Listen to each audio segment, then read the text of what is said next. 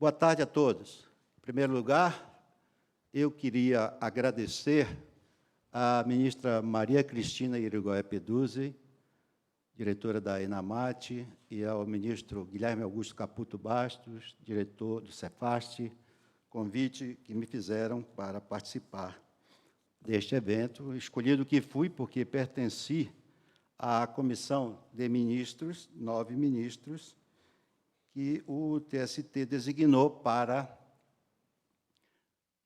aplicar ou elaborar as instruções normativas números 39 e 40, que passaram a disciplinar a aplicação subsidiária do Código de Processo Civil de 2015 ao direito processual do trabalho. O tema que me coube foram os efeitos processuais do cancelamento da súmula 285 do Tribunal Superior do Trabalho. Eu fiz um sumário com a introdução, a súmula 285, seu teor, seu histórico e a sua, agora tão famosa, ratio decidendi, se é que ela tem uma ratio decidendi, se é que ela tem um fundamento determinante, o cancelamento dela, por que ela foi cancelada? Será que foi apenas em razão do novo CPC? Ou se em razão da Lei 13.015, se essa súmula já deveria ter sido cancelada? Em seguida, eu falarei sobre a Instrução Normativa 40, e na metodologia da exposição, eu vou ter de me manifestar sobre a decisão de admissibilidade do recurso de revista e o desdobramento dessa decisão de admissibilidade em razão do cancelamento da súmula 285 e também do cancelamento da orientação jurisprudencial 377 do TST. Aí no slide, não sei direito como é o nome dessa tela aí, vocês terão a redação dos dois verbetes. E eu quero apenas dizer que essa palestra é muito pragmática, ela não é uma palestra teórica. Também não sou muito adepto de teoria, eu sou mais prático nas coisas que eu faço. E eu quero dizer que eu trago apenas ideias que são em formação, porque nós elaboramos a Instrução Normativa 40, mas o desdobramento da aplicação dessa orientação, ainda nós teremos que examinar na prática, como é que, doravante, nós vamos poder examinar os agravos de instrumentos e os recursos de revistas que serão interpostos pela mesma parte, a depender do conteúdo da decisão de admissibilidade primeira ou da decisão de prelibação do recurso de revista, que, como todos nós sabemos, é feita pelo presidente do Tribunal Regional do Trabalho de origem. Então, essa é a introdução.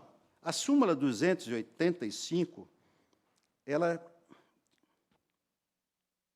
numa redação que foi mantida, a redação dela foi mantida em 2003, ela tinha a seguinte redação: o fato de o juízo primeiro de admissibilidade do recurso de revista entendê-lo cabível apenas quanto à parte das matérias veiculadas, não impede a apreciação integral pela turma do Tribunal Superior do Trabalho, sendo imprópria a interposição de agravo de instrumento. Dentre os precedentes desta súmula, nós temos precedentes desde 1982 até 1985. Tem precedente do ministro Marco Aurélio Mendes de Farias Melo, atualmente do Supremo, tem 4 precedentes da Lavra de Sua Excelência, um da Lavra do ministro Nelson Tapajós, e 3 precedentes da Lavra do saudoso ministro Orlando Teixeira da Costa. E eu, por curiosidade, eu imprimi um precedente do ministro Marco Aurélio de Mello para ver se eu extraía o fundamento determinante da súmula 285. E apenas para resgatar, historicamente, naturalmente que eu procurei aurir esse conhecimento que eu trago de colegas mais antigos aqui, o ministro Dallazen, por exemplo, na comissão, nos explicou no passado por que essa súmula foi editada. É que não havia uma acumulação objetiva, que é a acumulação de pedidos, tão significativa ou tão quantitativa em termos de capítulos do recurso quanto nós temos hoje. Se nós formos ver a ementa, o ministro Brito deve saber bem também, que é mais ou menos, não contemporâneo dessa época, mas do Ministério Público como servidor, que as ementas eram assim bem sintéticas, né? Havia um tema ou outro do recurso de revista, né?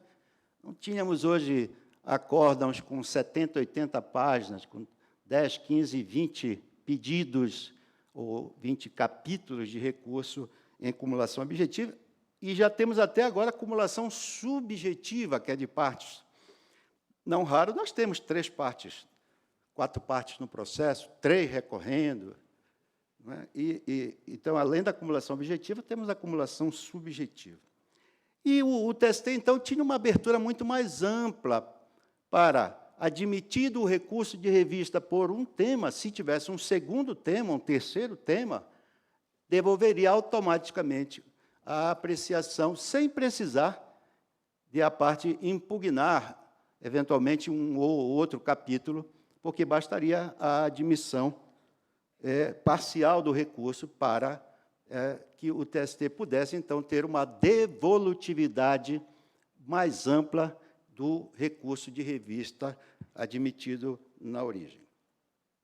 E ainda que fosse interposto um agravo de instrumento de um único tema, provido o agravo, liberaria todos os temas do recurso de revista.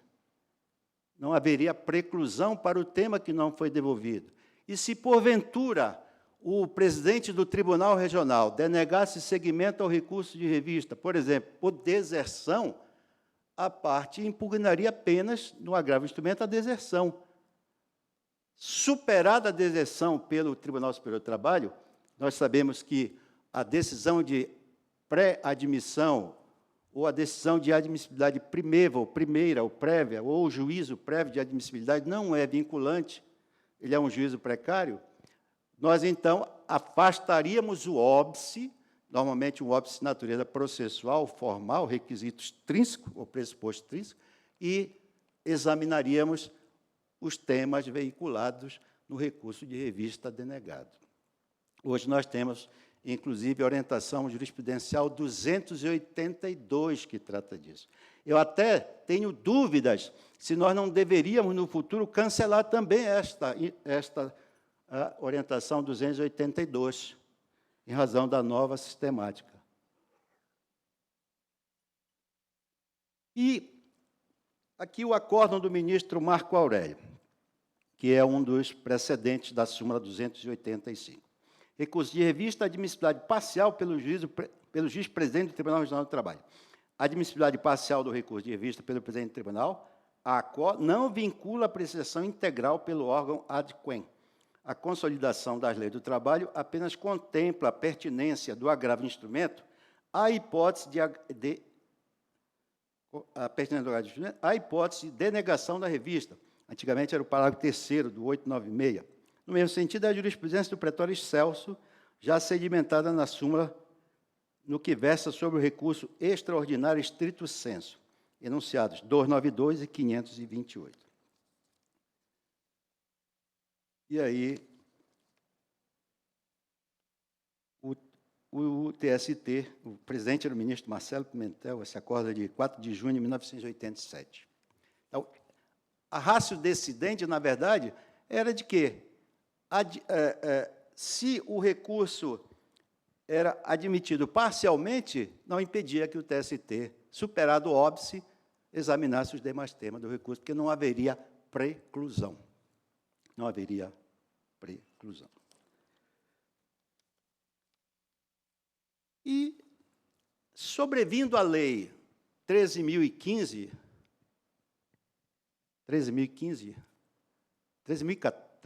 né?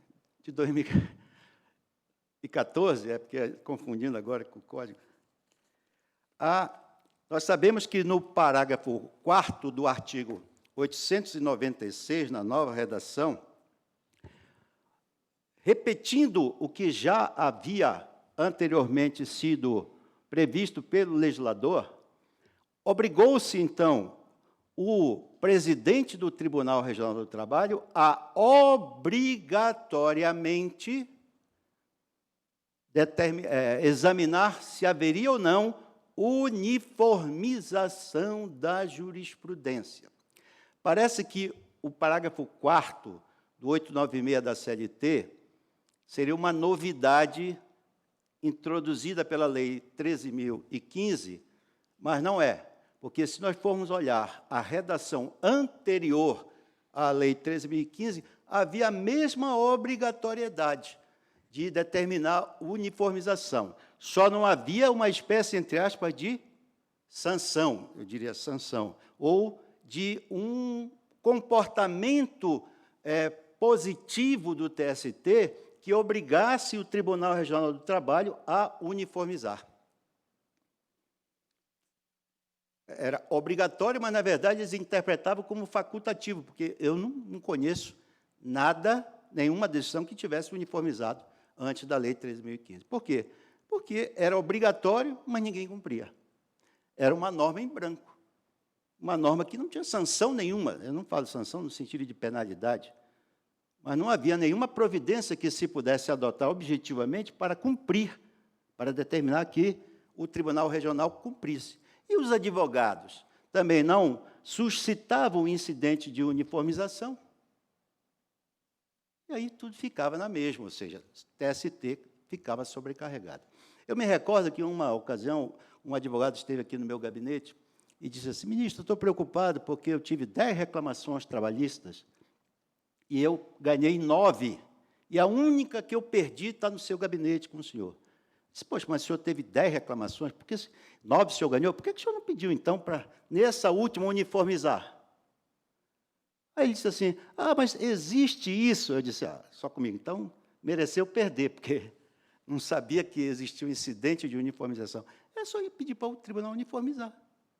Ou seja, é aquela questão que 10 perdem, 1 ganha. Na uniformização, a tese jurídica iria prevalecer para todos os casos, ainda que pudesse haver o tal do distinguish, que agora só veio com a Lei 13.015 e pelo Código de Processo Civil de 2015.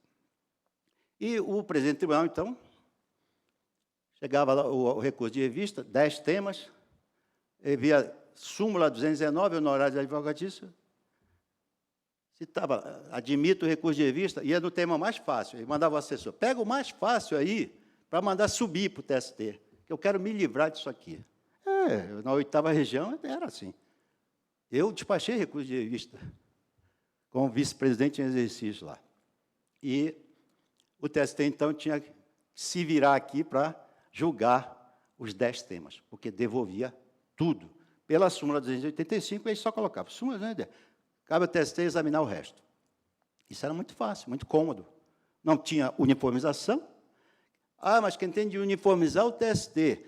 O TST uniformiza nacionalmente, mas o Tribunal Regional é obrigado a uniformizar regionalmente, para evitar decisões conflitantes sobre o mesmo tema, causando insegurança jurídica.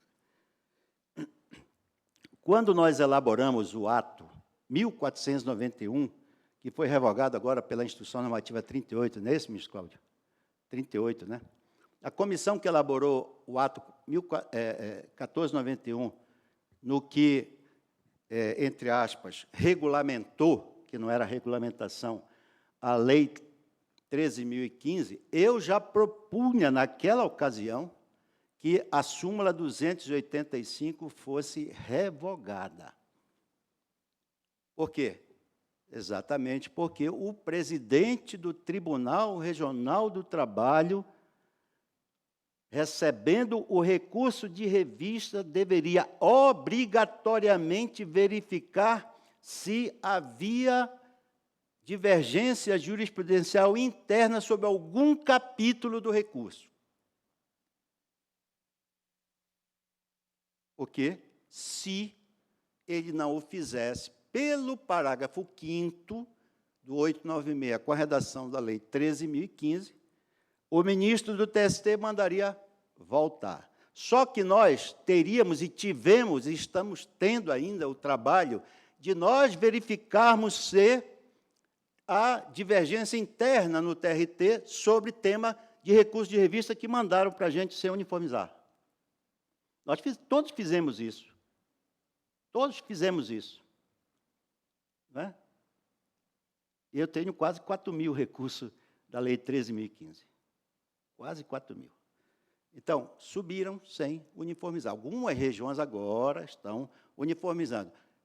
Seja porque o TST determinou, seja porque a lei manda que uniformize. Eu até inverteria a regra e diria, o parágrafo 5º, na verdade, seria o 4º.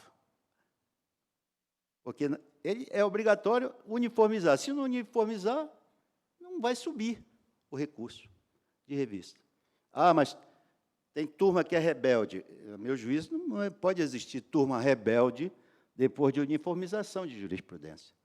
E a uniformização de jurisprudência, seja pelo Código de 73, seja pelo de 2015, ela é vinculante. Uniformizou, volta para o órgão fracionário para julgar de acordo com o que foi uniformizado. Então, toda essa questão de recurso repetitivo, na verdade, é uma uniformização de jurisprudência que vai vincular não só o tribunal onde foi uniformizado, mas todos os tribunais regionais do trabalho. Só que, na ocasião, a comissão achou que não era ainda prudente cancelar a súmula 285, ou revisar, ou criar uma outra súmula, porque não estávamos seguros ainda desse resultado objetivo do que seria feito com a uniformização de jurisprudência. Com o advento do novo Código de Processo Civil, quebrou-se um paradigma. Qual é o paradigma que o Código... Vários paradigmas, principalmente nesse nosso tema.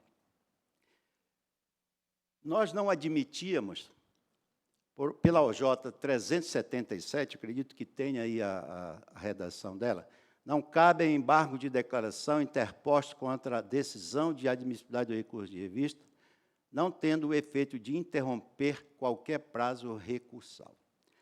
Essa OJ teve de ser cancelada junto com a 285 por uma questão de racionalidade e de lógica. O Código de Processo Civil hoje,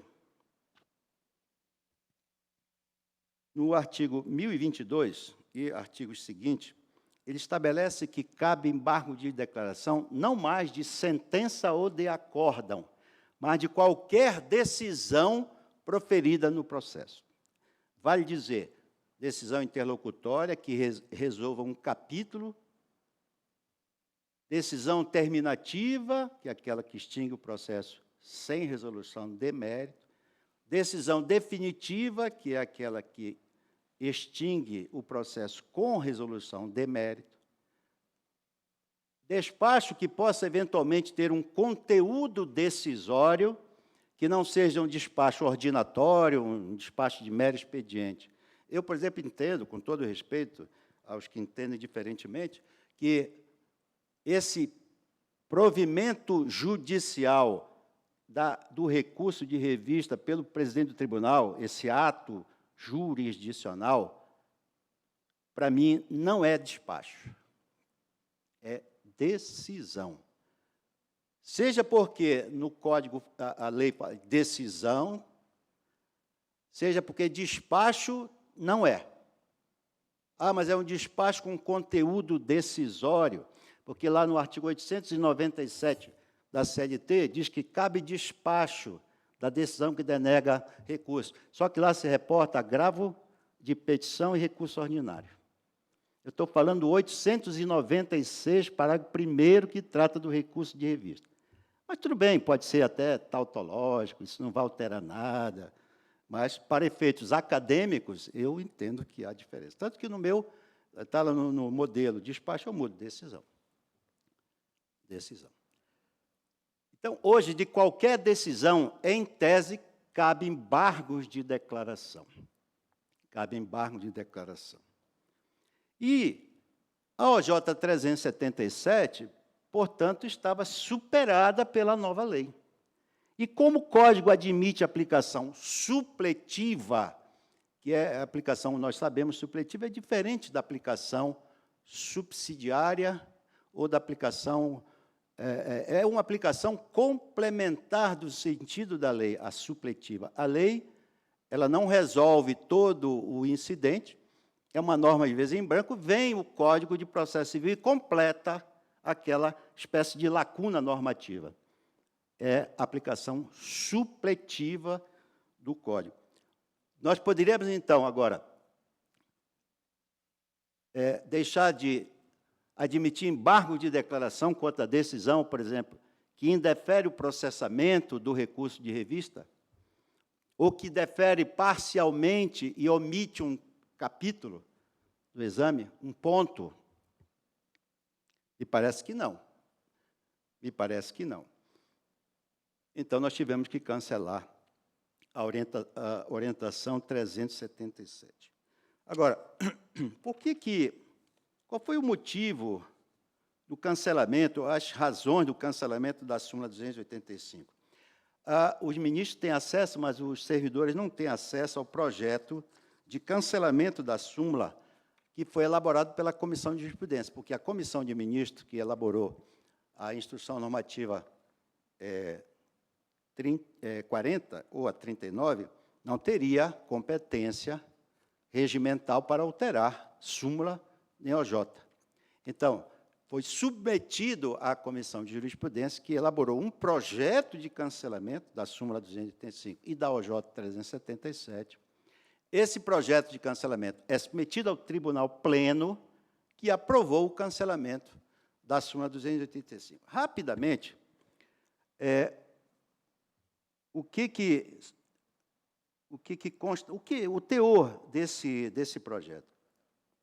A proposta de cancelamento da súmula 288 do TST baseia-se na necessidade de adequar a jurisprudência consolidada desta Corte às alterações promovidas pela Lei 13.015, a nossa Lei do Recurso de Revista, e pelo Código de Processo Civil de 2015, cuja aplicação é subsidiária e supletiva e tal. Recorde-se que a edição da súmula 285 ocorreu em 1988, meses antes da promulgação da atual Constituição da República Federativa do Brasil, em um período em que não se recorria demasiadamente ao Estado juiz para a solução de conflitos intersubjetivos de interesse. Tanto que, no referido ano, apenas 4.487 recursos de revista foram solucionados por esta Corte, número 10 vezes inferior aos 51.890 recursos de revista solucionados em 2015. À época, vigia o artigo 896, parágrafo 3º, já falei, da CLT, com redação conferida pelo Decreto-Lei 8.737, de 1946, segundo o qual, aspas, denegada a interposição do recurso, poderá o requerente interpor agravo instrumento no prazo de 5 dias. O Tribunal Superior do Trabalho, ao interpretar o dispositivo legal mencionado, concluiu que somente seria cabível agravo instrumento se o recurso de revista fosse denegado integralmente, uma vez que a admissão parcial do recurso de revista pelo juiz aquor, por isso que não vinculante do juiz ad quem, bastaria para submeter todos os temas veiculados no recurso à apreciação do TST. Ou seja, o número de processos era pequeno. A Constituição de 88, nós sabemos, constitucionalizou o direito de trabalho, né, e o aumento do número de recursos foi muito grande, de ações mesmo de trabalho. A redação da lei, então, parecia sugerir mesmo que somente se não admitido integralmente o recurso de revista, caberia agravo instrumento. Aí o precedente que eu já mencionei. E aí, por isso, foi editada a súmula 285. Sucede que, em 21 de julho de 2014, sobreveio a Lei 13.015, mediante a qual, como se sabe, alterou sobremodo o sistema recursal trabalhista, especificamente acerca do cabimento de agravo de instrumento de decisão denegatória de recurso de vista.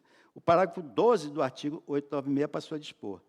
Na verdade, não é agravo de instrumento, é agravo, mas é agravo no sentido geral, né? Embora esse dispositivo do parágrafo 12 esteja, de certo modo, deslocado, ele está solto no texto. Por quê? Porque o Congresso alterou sobremaneira o projeto de lei que havia sido enviado originalmente pelo TST, o elaborado.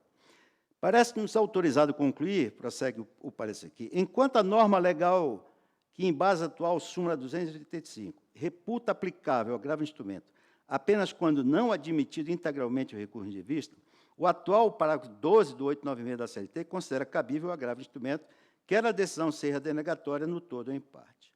De outro lado, pela sistemática introduzida pela Lei 13.015, não é mais admissível a apreciação parcial do recurso de vista pela presidência do Tribunal Regional do Trabalho. Eu tinha defendido na comissão isso. Ele tinha que deliberar sobre todos os temas do recurso de revista e examinando, inclusive, primeiro, ele ia examinar os pressupostos extrínsecos. Quando fosse examinar os pressupostos intrínsecos, ele iria verificar se havia necessidade de uniformizar. Havendo necessidade de uniformizar, ele remeteria ao órgão regional uniformizador da jurisprudência e o recurso ficaria, então, sobrestado no TRT. E hoje nós não teríamos, como eu tenho, 14 mil processos aqui, outros colegas 12, 11, 10, 16, enfim, 5 mil, 1.000, administradora 500.